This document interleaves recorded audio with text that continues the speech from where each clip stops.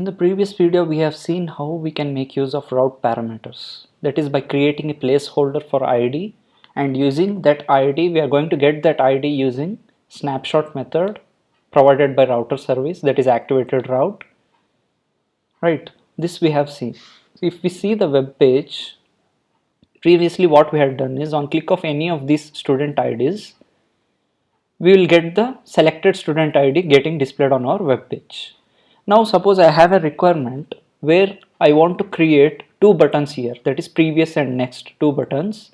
Whenever I click on those buttons, it will navigate to respective student ID. Suppose if I have selected second ID, if I click on previous, it should navigate to ID number 1, and if I click on next, it should navigate to ID number 3. So let's see how we can do that. Okay, let's quickly switch to Visual Studio Code.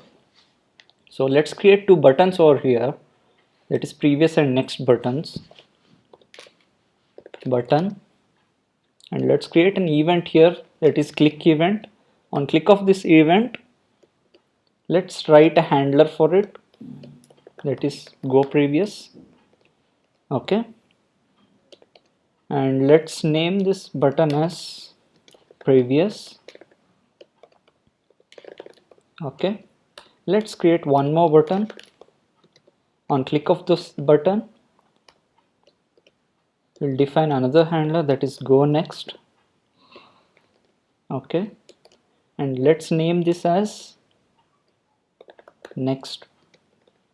Okay, let's close this tab slash button. Now I have created two buttons over here.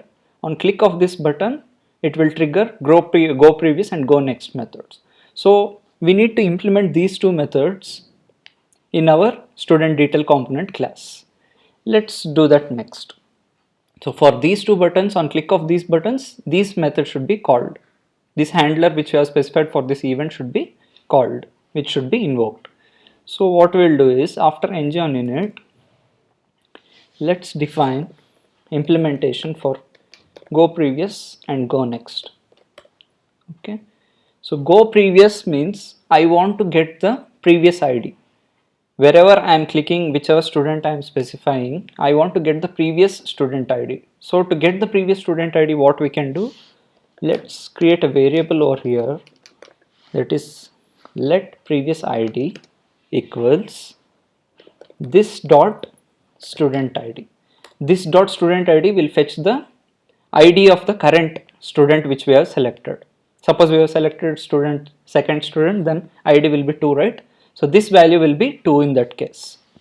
And to get the previous ID, what I need to do, I need to specify as -1, which will fetch the previous ID.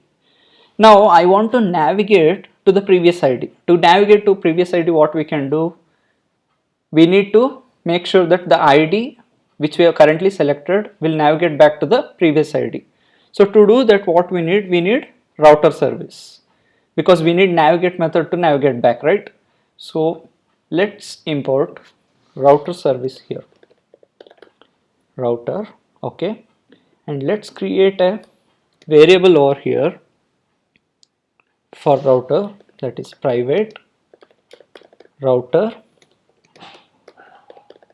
of router. Okay, so we have created a private variable router inside our student detail component inside the constructor. Let's make use of this variable router and make use of method navigate to navigate to that ID. Okay, let's define that next using this dot router dot navigate method. Using navigate method, where I want to navigate, I need to pass a parameter for this navigate method also, right? Previously we have seen this navigate method where we are specifying which ID I want to navigate to, correct? So here I need to specify the path, that is /students. Okay, and another parameter which I need to pass is the ID which I want to navigate to. Here we have got the ID, that is previous ID. I want to navigate to this previous ID, right?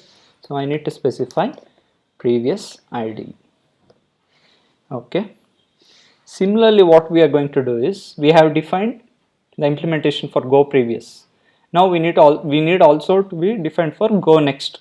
Okay, So let's do that. Go next. Similarly, here let's create another variable, that is let next id equals this dot student id, and I want to go to the next id. To go to the next id I need to give +1, so that from current id I will navigate to the next id. To navigate to next id I need to make use of navigate method, that is this dot router dot navigate method, and this navigate method is provided by router service. So here I need to specify the path, that is /students, okay, comma, and I want to navigate to the next id, that is next id. Okay, so what we have done here, inside our student detail component.ts, we have created two buttons, that is go previous and go next buttons. On click of these buttons, what should happen? On click of these buttons, we are triggering it, that is we have provided implementation over in student detail component class, that is go previous and go next. So on click of that, it should navigate to the previous id or next id. Okay, let's see how this works now. So I have saved the changes.